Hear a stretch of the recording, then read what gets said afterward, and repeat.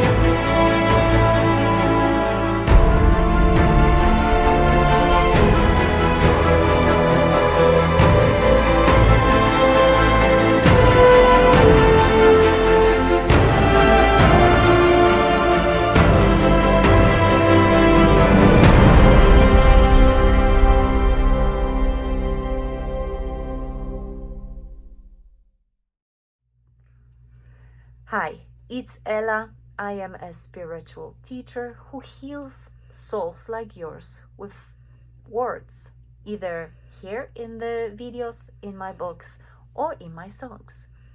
And my mission is to help you wake up to your own inner power, regardless of your life circumstances you are in right now. So how many of you have done No Whining Week challenge? That's part 1 of this series. I have attached a link in the description if you haven't watched it or you want to rewatch it. So, first, in this video, I will tell you how complaining messes up our lives, what kind of energy it carries, how it impacts us spiritually, materially, emotionally, physically, and psychologically, which is mentally. And finally, I will interweave my teaching about how to complain effectively. Okay, so here we go. Albert Einstein said, "Everything is energy, and that's all there is to it." Everything is energy. Everything, and so is complaining. When we complain, we are sending a frequency to the universe. It's a frequency of negativity. Complaining often creates more complaining, which becomes a cycle of negativity. I always imagine my guardian angels and spirit guides standing right behind me or beside me with their notepads and writing down everything that I say or think. If I say, "Oh, traffic is always bad, is always backed up, clients are demanding, another unexpected expense, my husband's making me angry, I'm broke, my car broke down again," my angels and guides are writing it down and they scratching their heads in this belief that this is my wish for tomorrow to happen again and again and again. and they go to work creating the conditions for me to match my expectations. Words and thoughts of complaining are energy. Do you understand why we get no break from things to complain about? We are programming our tomorrow with what we say and think today. Now, next part of this video. Complaining is unavoidable at times. When I did my No Whining Week challenge, I was amazed at how many quarters I had to set aside. The first day I complained 6 times. Well, 2 were in my head, but it still counts. And with each passing day, I complained less because I was careful what I think and what I say. It took me 6 days to stop complaining. And the worst time was when I was talking to my family members, to whom I complained to, of course. And it was hard for me. And I'm sure it was hard for you too if you did the challenge. If you didn't, if you have not watched the previous video, link in description.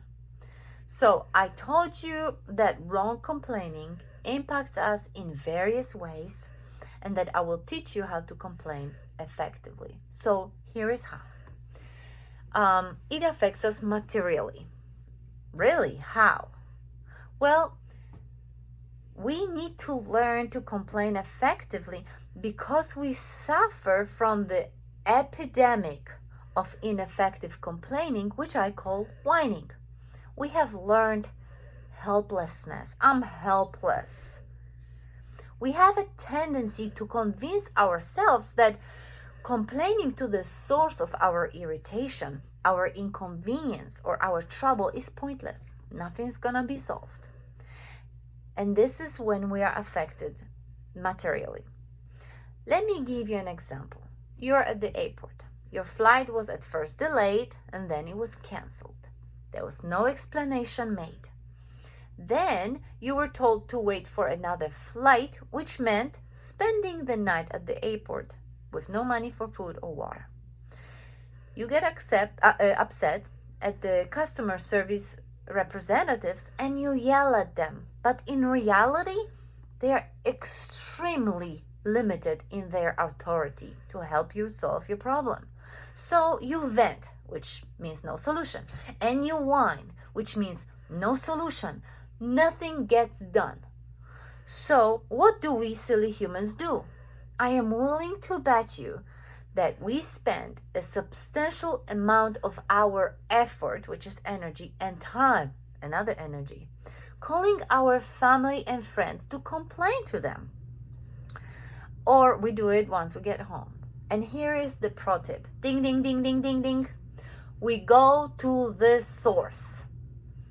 If we would have spent a fraction of that time and energy writing a complaint letter or email to the company, we would complain effectively and probably got a voucher for travel, got our money back, or got reimbursement for the hotel. And if enough people from that flight would write a complaint to the source, which is airline itself, the company would make sure to handle such instance with more planning and better treatment of their passengers going forward. So you see material impact. Next pro tip, ding, ding, ding, ding, ding, ding. When we find ourselves in complaining situation, we need to re-examine our assumptions that we are helpless, because we are not. You are not helpless, no matter what situation.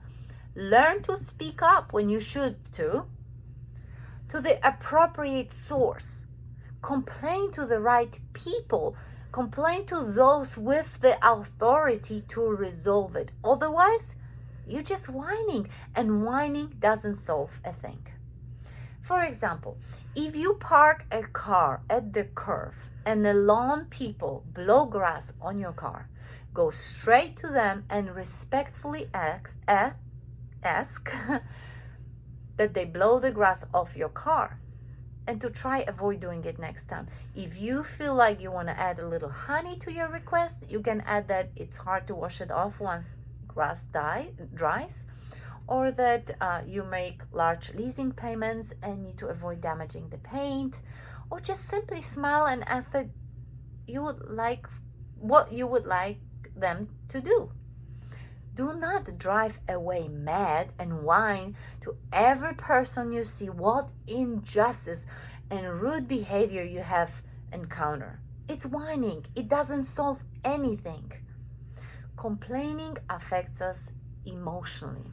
How? Have you wondered how much time in a given week we spend irritated about our pet peeves, aggravated about small stuff? There was a study done in UK that points out that an average person, not every person of course, but an average person spends 3.5 years of our lives being angry, distressed, and frustrated, whining to other people. That is about 79 minutes a day. And do you know what is even more remarkable? The causes of our distress are not work problems, money worries, or family issues. These major things didn't even make the top 10 reasons to feel frustrated to complain. What made the top 10 is everyday situations such as bad customer service, automated phone system, a dog's poop on our lawn, and tons of minor little things that bother us. So my next pro tip, ding, ding, ding, ding, ding, ding. Ignoring the small stuff doesn't work, but fixing it does. No matter how much we would like it, we cannot simply ignore the small irritations of life. Every annoyance we face presents an opportunity to practice assertiveness, to take action, to fix problems, to resolve the conflicts, and to bring about change. Instead of complaining about the things that frustrate us, which is whining, and wasting years of our lives feeling angry and irritated, we could channel that frustration into solutions. So how do we do it? That's another pro tip. Ding, ding, ding, ding, ding, ding. First, think through what you want to achieve by complaining. And then make sure to complain to a person empowered to give you what you want. If you're dissatisfied with a service in a restaurant, speak to the manager, not the cashier, okay? 2, state your complaint without anger or attitude. Because if you are angry, if you have an attitude from the get-go, this only distracts the recipients from the content of your complaint. If someone is angry with me or has an attitude, I don't even hear what they are saying. I'm paying attention to their anger, to their attitude. And I'm sure you are the same way. Be brief and specific and give relevant details. Why am I saying relevant? Why do I put so much emphasis?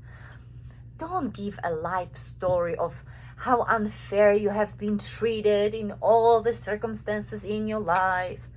In our example of dissatisfaction with the service at the restaurant, for example, say what specifically you are dissatisfied with right now in this moment.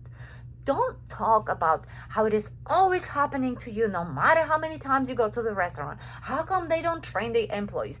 How could they be like that? Or don't they know they should do or don't do, and on and on. Do not do that. Be specific to that circumstances, okay? And for the third, be clear about what you want, especially when, for example, complaining to our loved ones. We typically neglect to state what the other person can do for us to make us feel better about the situation. It is much easier for others to respond to a complaint when they know what would satisfy us. So, in the above example that we just started, you can say, I would like my server to look around and notice when my plate is sitting empty on the table so I can have either a check or order a dessert. You get it? You are very specific on what you want. For example, if it's your family that you complain to, say, hey, I just want an ear to listen to my venting. I don't need you to fix anything for me. Or if you actually do want something from them by complaining, say, can you take me to a car mechanic? My car is da da da da da. Next, complaining affects us physically. How?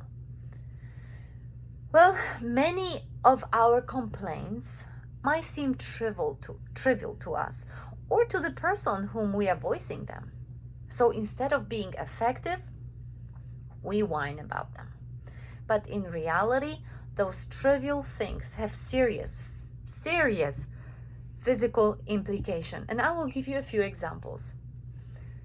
You might think it is annoying if your spouse snoring keeps waking you up at night. But sleep deprivation has a huge impact on our mood and our intellectual functioning. And sleep apnea is a serious condition for your spouse, just like the insufficient sleep is a serious condition for you. So stop whining. Take action to fix that problem. Next example. People complain to their family or friends that it takes hours to wait in doctor's waiting room, so instead of addressing it to the appropriate authority, they actually avoid visiting their doctors and they jeopardize their health. Or for example, you might think that spending an hour on hold when you call a customer service hotline is a waste of time and annoyance. So you'd rather skip and forego hundreds and sometimes thousands of dollars in refunds and adjustments. For example, if your bill is overcharged. Your service is overcharged.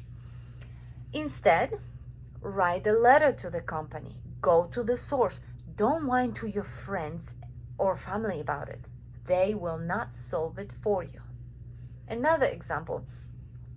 You might believe that complaining about your children's hour of homework they are assigned each night is unnecessary. Even complaining is unnecessary. Even though you see that the amount of homework leaves your children with no free time to play or to rest. You can address the teacher. And if it doesn't help, go higher. Do you go to PTA or board meetings? You can organize discussions with other concerned parents so you can send a petition to superintendent to make a real change. Your whining adds to the problem, doesn't solve it. So now, another question arises. Gee, I have no time to be fixing everything that annoys me. Now, not everything needs you to take action, but how can you know if an irritating issue is worth complaining and doing something about it? So here is another pro tip. Ding, ding, ding, ding, ding. I would say this one is a big one. In order to assess whether a complaint is worth voicing, ask yourself the following questions. First, would leaving that complaint unresolved affect health or mental health of anyone concerned with the issue? 2, could leaving the complaint unresolved erode or does something negative to the relationship with the other person over time? 3, do you find yourself thinking about the issue frequently? Is it like nagging at you over the time? 4, is the frustration, the hurt or disappointment that you feel about substantial? Because if it is, it's worth voicing it. Would resolving the complaint improve your quality of life? 6. Would resolving the complaint improve your mood in a short or long term? And always try to look for a long term, because this is very important. And 7, does leaving the complaint unresolved make you feel powerless and helpless? If you have answered with yes to any of those questions, consider that the complaint is the one that you should consider pursuing. And it's worth mentioning here that they are chronic complainers. They are never satisfied with anything, no matter what the circumstances. They are sick and should be treated by the therapist in order to get to the root cause of the chronic complaints. Finally, ineffective complaining affects us psychologically, mentally. How? We all complain many times a day to our families, to our friends, co-workers, customer service, even strangers in the store or elevator. But what many of us don't realize is that how we voice our complaints can have huge implications for our mental health. Only few of our complaints gets us the results that we want. Instead, we usually find ourselves repeating the same tale of dissatisfaction from one person to the next person to the next person in the effort to rid ourselves of that frustration. And even if the person is compassionate enough to validate our emotions and saying, yeah, you're right, you should feel angry, we typically find ourselves relieving the aggravation every single time that we tell our tale. So we also avoid effective complaining, for example, to companies that we have a beef with. We avoid complaining to our loved ones about them because we fear that voicing our complaints will only lead to an argument and will resolve nothing. So instead, we reach for the phone, we call our friends or family, other family members, and we then vent to them instead. When we have so many dissatisfactions and frustration, yet we believe that we are powerless to do much about them, or to get the results that we want, we are left feeling helpless, hopeless, victimized, angry or bad about ourselves, about others, about situations. That energy is stuck with us. Obviously, if this is just one thing that we're complaining about, it really won't harm our mental health. But we have so many complaints. The scenarios just happens many times a day. This accumulation of frustration and helplessness can add up over the time, and it can impact our mood, our self-esteem, and even our general mental health. So what's the solution? Here is my pro tip again. Ding, ding, ding, ding, ding. Who knows what number of pro tip?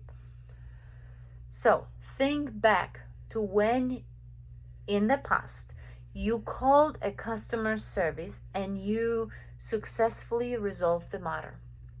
Or when you voice a complaint to your spouse, for example, and they responded with an apology and a promise to make better efforts in the future.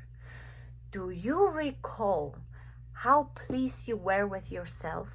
How happy that made you in that moment? How empowered you felt?